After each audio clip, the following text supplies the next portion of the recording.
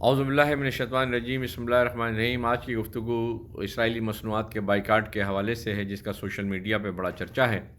اور یہ نکتہ بھی میرے ذہن میں اس لیے آیا کہ میں نے ایک سوشل میڈیا پہ ایک تصویر ریلیز کی، جس میں نوجوان کھانا کھا رہے ہیں اور اس میں جو ہے سوڈے کے کین، کوکا کولا کے کین رکھے ہوئے تھے۔ تو اس پر میرے کچھ دوستوں نے، کچھ ساتھیوں نے یہ اعتراض کیا کہ اظہر بھائی، آپ کو تو کم از کم اسرائیلی مصنوعات کا بائیکاٹ کرنا چاہیے تھا۔ تو میں اپنے ان تمام دوستوں سے یہ کہنا چاہوں گا کہ اسرائیلی مصنوعات کا بائیکاٹ صرف میک ڈونلڈ اور کوکا کولا اور دیگر مصنوعات سے کر کے آپ یہ سمجھتے ہیں کہ اسرائیلی معیشت کو آپ نقصان پہنچا سکیں گے، تو ایسا ہرگز نہیں ہے۔ انہیں اس بات کو اپنے ذہن میں ذہن نشین کر لینا چاہیے کہ آج دنیا میں جتنی بھی میڈیسن ہیں وہ کن کی ہیں؟ وہ یہودی کمپنیوں کی ہیں۔ کیا آپ اپنے اسپتالوں میں جو سرجیکل آلات، جو ایکس رے مشینیں اور جو دیگر آلات ہیں، کیا آپ ان کا بائیکاٹ کر سکیں گے؟ یہ سب یہودیوں کی ایجادات ہیں۔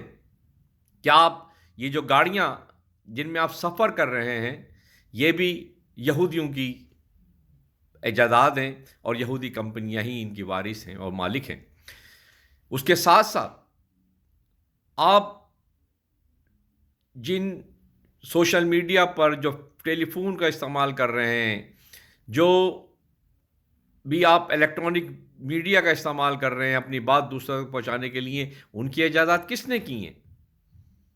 تو انہی غیر مسلموں نے کی ہیں، جو مسلمان نہیں ہیں، یا تو یہودی ہیں یا عیسائی ہیں۔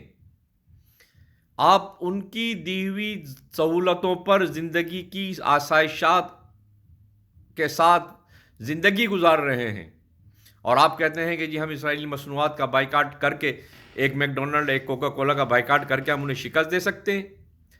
ایسا ہرگز نہیں ہے۔ انہیں شکست دینے کے لیے آپ کو اپنی نوجوان مسلمانوں کو تعلیم دینی ہوگی، انہیں سائنس کی ایجادات کی طرف لے جانا ہوگا، انہیں مصنوعات کی جانب لے جانا ہوگا، اپنے نوجوانوں کو ترقی کی جانب لے جانا ہوگا۔ آپ پاکستان کے اندر وڈیرا شاہی کا نظام، جاگیردارانہ نظام، سردارانہ نظام، چودھریوں کے نظام کو رکھ کے غلامی کی زندگی بسر کرتے ہوئے آپ اسرائیلی مصنوعات کا بائیکاٹ کر کے جو ہے مطلب آپ سمجھتے ہیں کہ آپ اس کو شکست دے سکیں گے؟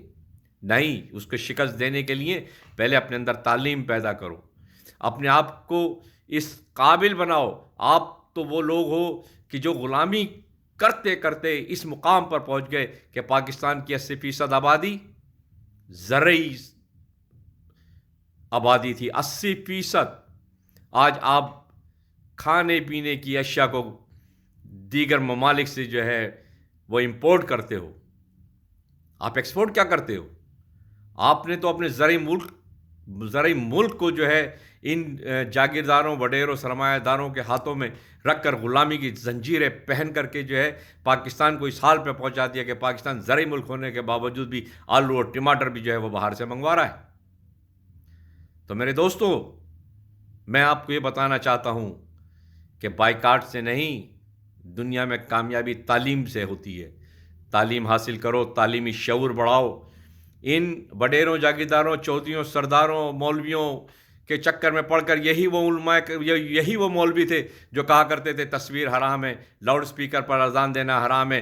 آج کوئی پروگرام ٹی وی پر بیٹھ کر جب کرتے ہیں تو خواتین جو میک اپ مین ہوتی ہے وہ خاتون ہوتی ہیں، اور اس سے اپنا میک اپ کرا کر جو ہے وہ ٹی وی پر بیٹھتے ہیں، اور آپ جو ہے آپ یہ سمجھتے ہیں کہ مطلب جو ہے آپ اپنے آپ کو بھی دھوکہ دے رہے ہیں اور خود زندگی دھوکے میں گزار رہے ہیں۔ اس زندگی کو اپنے آپ کو زندگی کے دھوکے سے نکالیں اور عملی زندگی کی طرف آئیں، تعلیم کی طرف لے کر جائیں، سائنس کی طرف لے کر جائیں، ٹیکنالوجی کی طرف لے کر جائیں۔ جب آپ اس میں عبور حاصل کر لیں گے تو آپ دنیا کا مقابلہ کر سکتے ہیں، ورنہ آپ ایک اسرائیل کے ہاتھوں ہی نہیں، انڈیا کے ہاتھوں اور دیگر ممالک کے ہاتھوں آپ جو ہے ہمیشہ اپنے انگریزوں کے غلاموں کے ہاتھوں غلام رہیں گے، اور زندگی جو ہے اسی سوشل میڈیا کے بائیکاٹ، اسی احتجاج، اسی گاڑیوں کو جلانے میں، اسی سڑکوں پر آگ لگانے میں ساری زندگی گزار دو گے، بغیر حقوق کے، بغیر اپنے مسائل کے حل کے، بس انہی نعروں میں، انہی شور شرابے میں اپنی زندگی گزارنے سے بہتر ہے کہ اپنے آپ کے اندر شعور پیدا کرو، آگہی حاصل کرو اور دنیا کا مقابلہ اپنے علم سے کرو۔ بس یہی بات میں آپ تک پہنچانا چاہ رہا ہوں کہ ہمیں جذبات کی نہیں، ہوش کی ضرورت ہے۔ اللہ آپ کو بھی ہدایت دے اور ہمیں بھی ہدایت دے۔ شکریہ۔